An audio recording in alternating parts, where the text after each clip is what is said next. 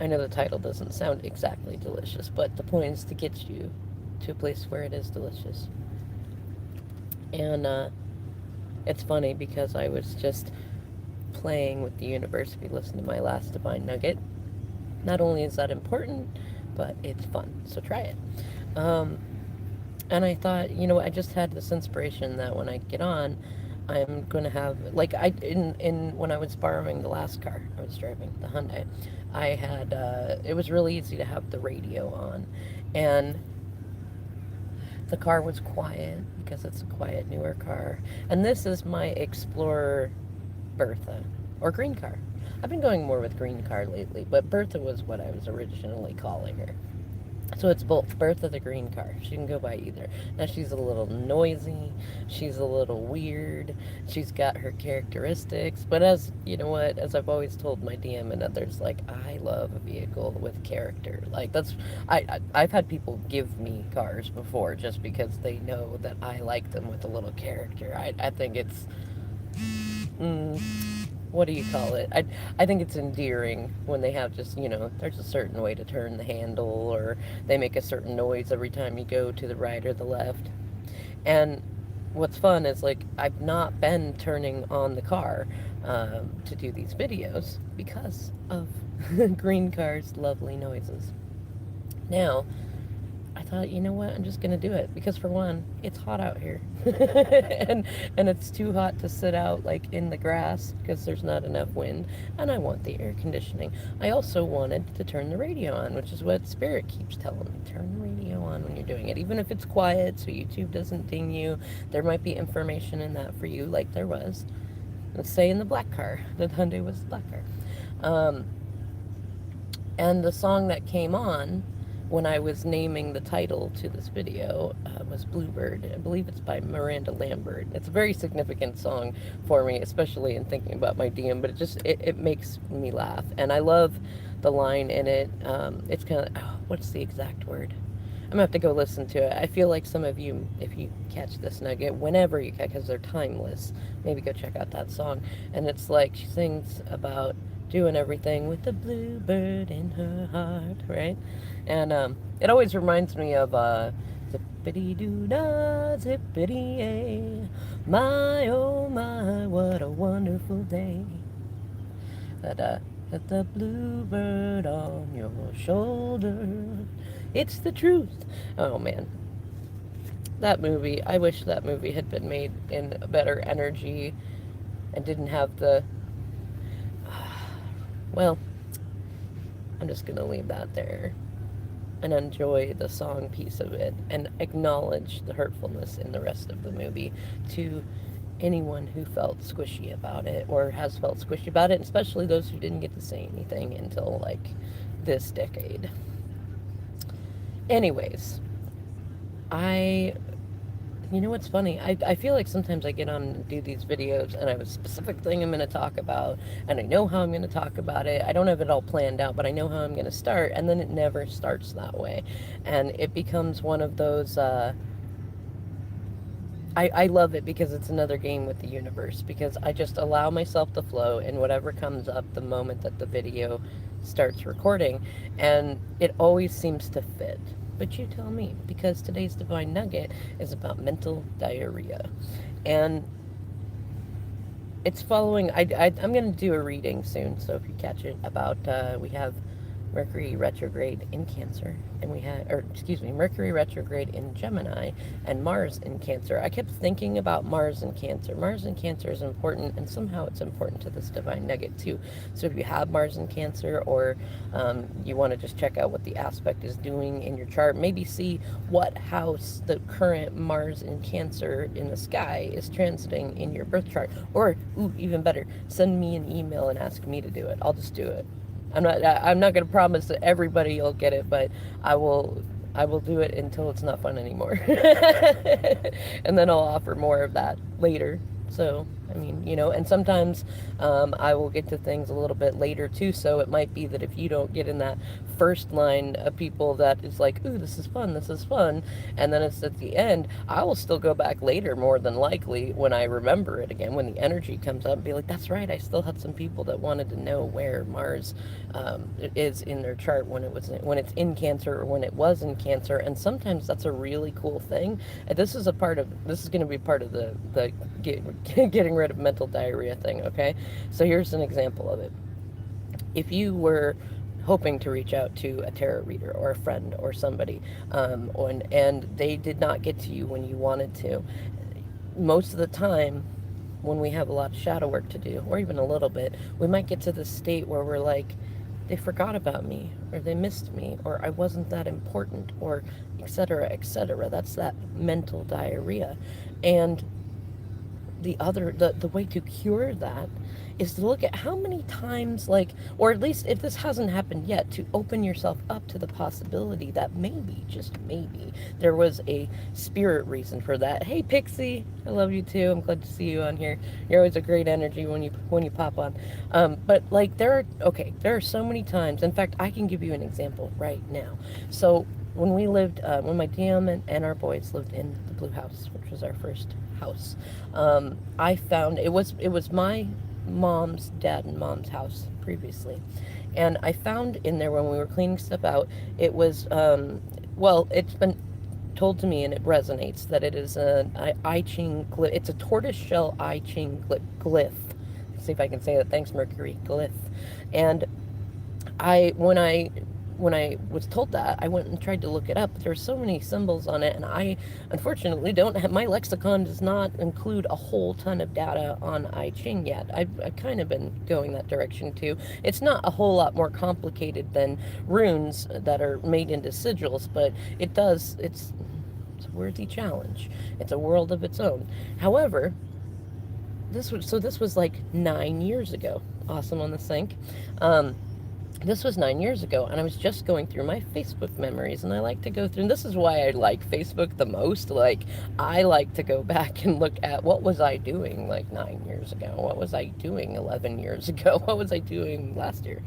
And it's amazing how you can see the cycles of your own life in that way, and the cycles of other people's lives, and there's a lot of good data in that. But this one, I wasn't expecting. I saw it last night, and I was like, that's right, I did find that tortoiseshell I Ching thing, and I never figured out what it meant. I knew it was something important, and I think I put it with some of my ritual stuff because it seemed kind of like a ritual type thing. Now, my grandparents were not pagan at all, but I was told that my grandmother on that side was definitely not the odd duck, but kind of that beloved eccentric sort of energy, and that I'm a lot like her, so I hope so. Hello, Grandma Billy, ancestress. I don't know if that's the right word for it. But I just put it on my Facebook last night saying, oh, that's right, I did find that thing, and I still never figured out what it meant. It'll be fun when I find out at some divinely timed point in the future. And then I have a cousin. This is really funny. And I believe he's traveled all over. He's like a super intellectual type. Another thing.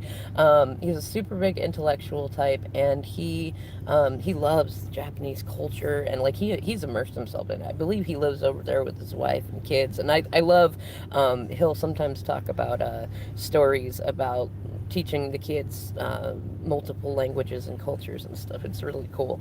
I never thought to ask him, though. I think partly because in my mind I automatically went to an esoteric place, and he is esoteric in his own ways, but I'm not sure what ways those are exactly. Him and I had another cousin they were like my favorite cousins growing up because they were very intellectual. This was on my dad's side, and oh man, like, yeah, definitely opened my mind on a lot of stuff. But I didn't think to ask him, and it's so funny because he never really was on Facebook a whole lot before. There was some stuff that happened. What do they call that? What's that card? Through turmoil, a blessing will be revealed. I think that's the one. That card was coming up a fair amount, and that's when my back stuff was going on. Stuff with my mom and my aunt who passed, and like all that stuff was going on. We were able to connect, and I love it. He just pops in just at certain times, and it's not always like a magical experience, but it's generally significant. He's what do they call it, a man who measures his words, sort of thing. Like he doesn't, it reminds me of Falcon energy. He does not, he when he puts out energy, it is with the path of least resistance. And like, because falcons, they don't flap and fly, and like they put a lot of energy into going for their prey. This is why they're one of the fastest birds ever. They know how to kind of do a dive at it. They make use of the energy that's there. And so that, like, I don't know why I'm going into all that, but maybe this will help with this divine nugget too. It's like, because you go with the path of least resistance. So when he popped in and he told me and he shared a link that showed that I was holding a glyph. I was holding it to the side, so it would have been inverted for those of you that know the tarot language. The glyph of double happiness. And it's when I looked at the link, it was also one of marriage. And oh yeah, if you go through my videos, I did a thing like a story of bones or something like that. I'm still working on it, osteoarthritis and stuff. It's a lot better. I've been putting a lot of energy and say mental, physical, spiritual energy into it. I'm doing lots better. So it's definitely something to be careful of. In any case, yes, double happiness. And then when I went to read the link, it talked about usually it's a symbol found in a home to bless a marriage. And at the time, so my DM and I would say technically we're still common law married, but we had been talking, let's see, was it 9 years ago? Yeah, I think that's about the time that we started approaching my DM's commitment phobia. And we were talking about marriage and stuff like that. Now, what's funny is I can see the two timelines. At that time, it makes sense to have picked up a double happiness / marriage symbol and it be on its side. Both because it was probably like, I would look at that as communication from my grandma Billy, right? And it was like, I know her and my grandfather they were happy, but it was definitely, it was the style to which my parents, and this is my mom's parents, and then their parents went through. Like marriage was not so much about love. I think for Grandma Billy it was. I think that she definitely loved my grandpa, like with flaws and all and stuff like that. But she did want more. But when she was alive, there was not as many opportunities for women by far. Like, she was the type that somehow she got away with wearing pants regularly and doing things like that nobody else would have done. And rather than being the person that was ostracized, somehow maybe she was as a teen. I don't know how brave or bold she was, because she definitely seemed like somebody who liked to go with social norms, except here and there. And it was stuff like that, like just these little absurdities that at least people thought were absurd at the time, but she had a delightful energy, so they were like, yeah, it's just Billy, right? Oh, I lost that train of thought.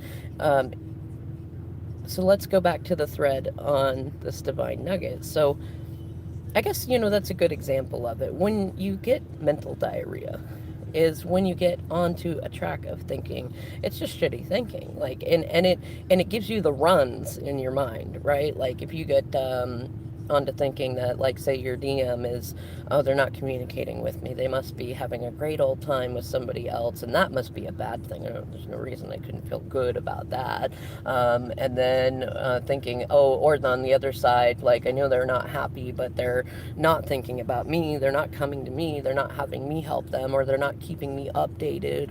And then you get into thoughts about, are they always going to repeat this pattern? Are they always going to do this thing? And then you start to, like, get these layers of stringy, icky, tentacly energy that's like wrapping, all around you, that's telling you to fear, to doubt, to go. And it can be the same thing with, like, say you could really use a few good friends at least, and say you've not been doing that. Maybe there's been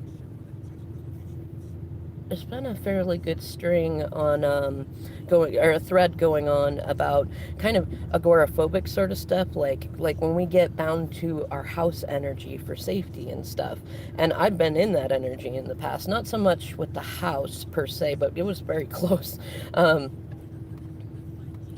and not even, I was gonna say, and even when separation started, like like, and that's before that. I've been through a couple of cycles of it. In any case, it's like that can happen a lot of times socially too, especially when we, as Tony Robbins says, major and minor things, which means in this case, when we put our focus too much on either like always immediate safety, we're in survival mode, or too much into like just relationships and work. Like, that's why most people are unhappy, because they major in minor things. And the funny thing is like, those are worlds of their own that like you can find infinite challenge in if you want to. But really, and it's not that they shouldn't have any attention or focus, but we tend to put all our focus into them. And so we'll get into these states where we're overly focused on our relationship because we feel like people will think we're weird if we don't have a partner, or we can't succeed because we won't have support if we don't have a partner, or if we put any energy into something that we really like, then somehow we'll lose the balance of focus that we're juggling on our relationship and work and kids, you know. Or if you're alone, and it'll be like, no, people will think I'm weird, or I'll just keep confirming this fear that I'm too much or not enough, or, you know, that mental diarrhea starts to flow in there, and then prevents us from like taking ourselves out on a date, going to the bar for a drink by yourself, going to a movie by yourself, going to dinner by yourself, and then inviting a friend to go to dinner with you at a really cool place that you know that they would love because you went out and explored on your own. Or like you might have tried doing activities that, like if you want to find new friends, going to places where there are friends that you would like. If you like friends who are funny, you could go to a comedy club. If you want friends who are more of a challenge for you intellectually, check out, I don't want to say Mensa, but like something for intellectual. Try to find a philosophical club. Toastmasters is a really cool place often to go to find people that really are intellectual. And that if you're looking for more experience that can help you with YouTube or event planning or anything like that, Toastmasters is a really cool experience, you know. If you'd like healing experiences, but you don't want to deal with people so much, you could go to like, or I should say, you don't want to deal with people so much, but you do want to have some good friends. Like, do rescues, like horse rescues, animal rescues, volunteer your time, you know, especially if you want more sweetness in your life, things like that. And so like when the mental diarrhea comes in, these are examples. I think this is what is spirits like using me as this absurd example, because now I've trained myself to, or I've let myself become a being that just like alchemizes that old mental diarrhea into, like, I mean, what would be the other side of it? I don't want to say like healthy poop, but it would be that space where it feels good. Because think about how you feel when you have diarrhea. Like, your body don't feel good. Sometimes you gotta like rush to the bathroom at inappropriate times, and it can make you grouchy or rabbly, things like that. And like, that doesn't feel good, right? So start like look at how you're doing that mentally. Because here's the thing, it's not just that it feels way better to not think about crappy things. I just saw 1818 on there. It prevents you from creating like energetic diarrhea around you, which is like, you know, I just did some videos talking about what to do when people are mean to you, and letting people have their silliness and stuff like that. There's other divine nuggets on there that are kind of fitting in with this one. Is that when we spend our time thinking crappy thoughts about us, about others, about situations, about the future, about the past, then, you know, parts of the energy around us, like, not just, I want to say, in aurically, yes, in the pockets of energy around us, but also like it spreads out. The more that we talk to other people about our crappy thoughts, then they think about their crappy thoughts, and then they talk to someone else who thinks about their crappy thoughts, and then that grows. You know what I mean? And so, like, it's not that you should never have a crappy thought, but get into the habit of being able to pivot your crappy thoughts into happy thoughts, because you attract what you feel, That's your vibration. Your vibration is how you feel and how you think about things. And here's the thing, oh man, I might do a different divine nugget about this, but I'll just leave it in here too. Um, you can tell people all you want, all day long, that you're super enlightened and you feel good about everybody and you never have a bad thought and things like that. But you are always going to know whether that's true or not. It doesn't matter whether you convince like 1,000 other people.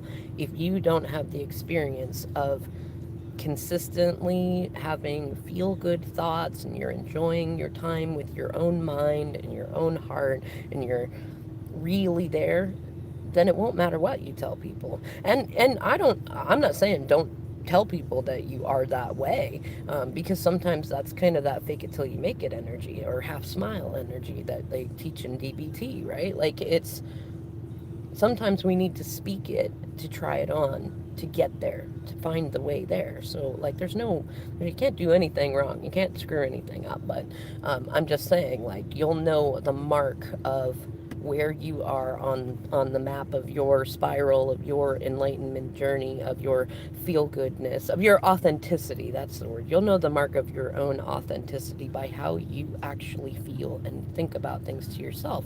And if you're in a space where you're getting this mental diarrhea stuff going on, start turning it into positives, which will cycle back to the beginning example of, if you reach out to somebody and you're hoping to like win that free thing, or get that Mars and Cancer reading, or get a tarot reading, or whatever it is, and they don't reach out to you the first time, then it's not that you're not getting picked. It's not that you have to wait. Oftentimes it's that spirit is holding that for a later date, when it's going to be divinely timed for you to receive it and go, oh wow, that's amazing, which is how I felt about the I Ching glyph that my cousin was able to answer. It makes sense to me that I Ching, the tortoiseshell I Ching came up then, because our relationship, our union at the time was a little inverted, and it was inverted towards turning up, but that's where it sat. And there were some significant things that went on back then that I can identify are either, well, the energies are reoccurring now. And I can also see that inverted one, I mean, it could be a symbol about now. And the great thing is that it really is a double happiness, because in the past I may have sat and gone, what does that mean now? I may have chased that data thread and been like, what could this mean now? What's everybody doing? What's my DM doing? What's all this stuff? And instead now I'm just going, okay, I could see how like an inverted double happiness is going on in multiple phases and timelines and things. And it's a wonder, it's a curiosity as to what that may reveal its meaning to be, or what I may choose the meaning to be, whatever way feels most empowering for you. And when I'm able to just go, all right, cool, noted, notable note, and then, because I know that later on that symbol will come up when spirit wants to say, this thing right here, this thing right here is about that thing right there, right? And then the great thing is that when I approach it in that way, I don't have mental diarrhea about it. I don't have a situation to where I'm like going, what does it mean? I have to know what it means, or am I crazy? Does it mean something or not mean something? It doesn't matter. And that removes that icky feeling of needing to chase the data thread. And it helps me. And what the fun thing is that then I might decide, you know what, that's really cool. Notable note, I'm going to work on something else now. And when that then happens, I start getting the flow in of thoughts, threads, like different reality threads of what it could mean or what it is and things like that. And that's a really funny thing that I know a lot of writers, being a writer and coaching a lot of writers on things, that there's often this challenge where you get stuck in a loop of, when you sit down to write, you realize you have a bajillion other things that you really should be doing, or you have thoughts for something else. And then when you get up and you do something else, then you have thoughts about what you wanted to write. And that kind of happens in there. And in the past, I myself and others have taken that to a mental diarrhea space of like just observing that loop and being like, I'm stuck in the loop, I'm stuck in the loop, I'm seeing the loop, I'm stuck in the loop. And then we stay in the loop because we keep observing the loop, right? And then once you get out of the loop, you just think, oh, gosh, gosh, goodness gracious, I'm out of the loop, yay. But then we just observe the loop again and we put ourselves back in the loop. And instead, the way out of the loop is to love the loop, is to make sense of the loop as best as you can. Like, okay, so if you know that you're going, this is an example of taking mental diarrhea, the observation of the loop, and alchemizing it to get out of it, and not just get out of it, but to neutralize it and to make it an asset. So when you go to write, if other things come up that you need to do, you could take one side and go, you know what, this is great, because whenever I'm unsure of what I want to do for the, or what I need to do for the day, like what feels like the adulting responsibilities, I'm going to go sit down with an idea to write for my article, my book, my journal, or whatever it is.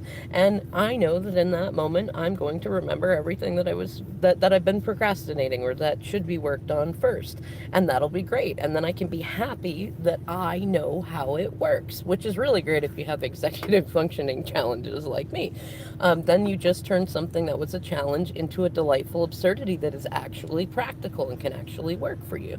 Likewise, when you get up to do chores and you get up to do things that you needed to do, but then you feel that, oh, but I really wanted to write, and how long is it going to take me to get my book going if I keep going like this? And you turn that around, you pivot that into saying, oh, you know what? If I get the best ideas for writing when I'm working or doing chores or talking to friends or doing things that leave me away from my computer or the paper that I write on, my typewriter. If you're cool old school like that, I still love typewriters. I haven't used one in a while, but I love them.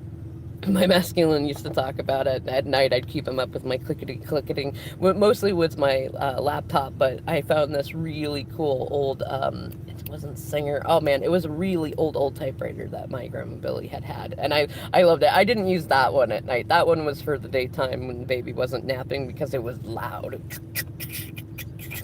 Anyways, if you know that you're going to get the best, brilliant, creative thoughts for whatever project you're working on, whether it's writing or not, when you get up to do other chores, then hey, that's what they make tape recorders for. And they don't even call them tape recorders anymore. It's like to find a voice recording app on your phone. You can you can wear a shirt with a pocket and stick it in there, turn it upside down so the mic can see it and start recording.